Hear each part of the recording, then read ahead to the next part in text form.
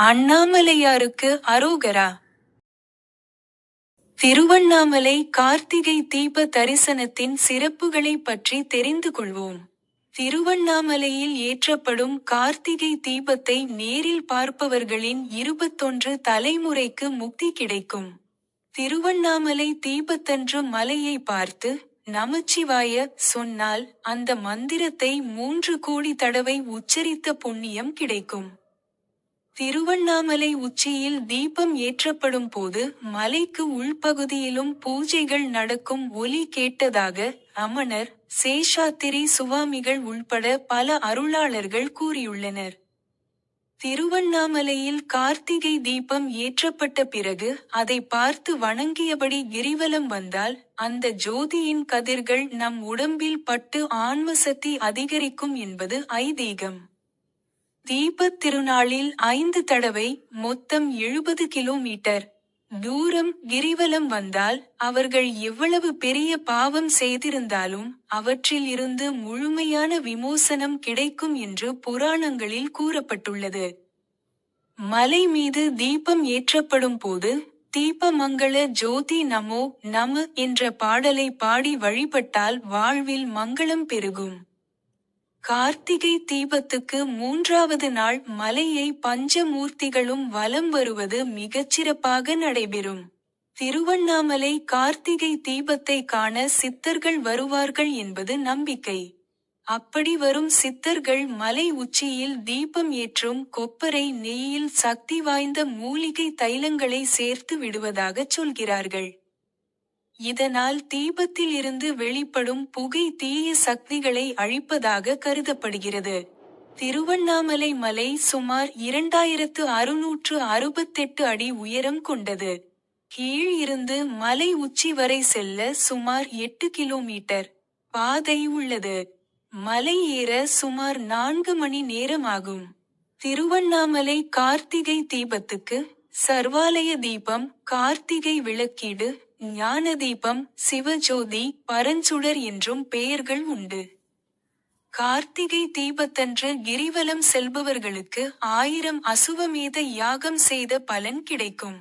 கார்த்திகை தீபம் தினத்தன்று சிவலிங்கம் முன்பு நெய்தீபம் ஏற்றி வழிபாடு செய்தால் அவர்களது வாழ்க்கை பிரகாசமாக இருக்கும் என்பது நம்பிக்கை.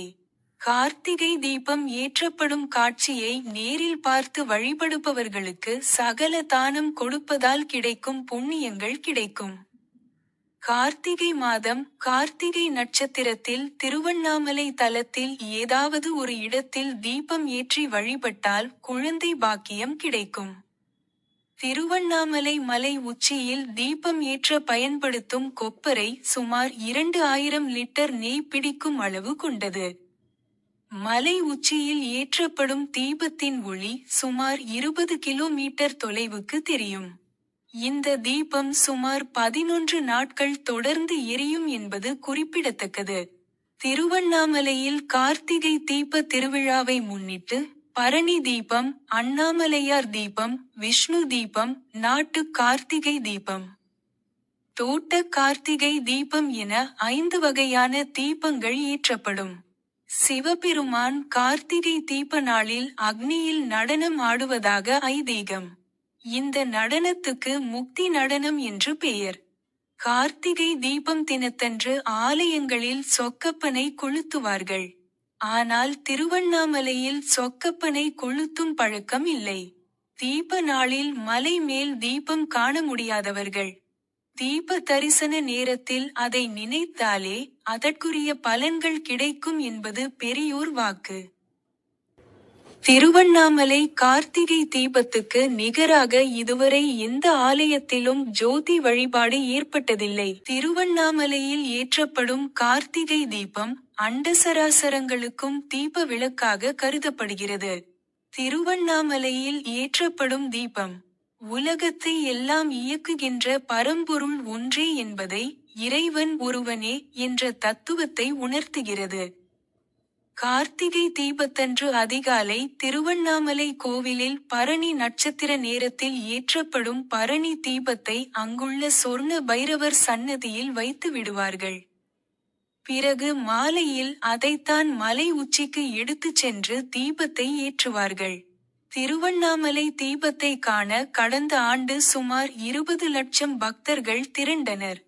திருவண்ணாமலை மலை உச்சியில் தீபம் ஏற்றப்பட்டதும் வணங்கினால் பாவம் நீங்கி பிறவி பிணியை அறுக்க வல்லது என்பது ஐதீகமாகும். திருவண்ணாமலையில் தீபம் ஏற்றப்பட்டதும் அண்ணாமலையாருக்கு அரோகரா என்று பக்தர்கள் முழக்கமிடுவார்கள். இதற்கு என்ன அர்த்தம் தெரியுமா? இந்த உடம்பு நான் என்னும் எண்ணத்தை அழித்து, மனதை ஆன்மாவில் அழித்து, உள்முகத்தால் அத்வைத ஆன்ம ஜோதியை காண்பதுதான் இந்த தீப தரிசனம் ஆகும். இதை சொல்லி இருப்பவர் ரமண மகரிஷி. பஞ்சபூத தலங்களுக்குள் இது நெருப்புக்குரிய தலம். இங்கு மலையே இறைவனின் சொரூபமாக உள்ளது. நன்றி.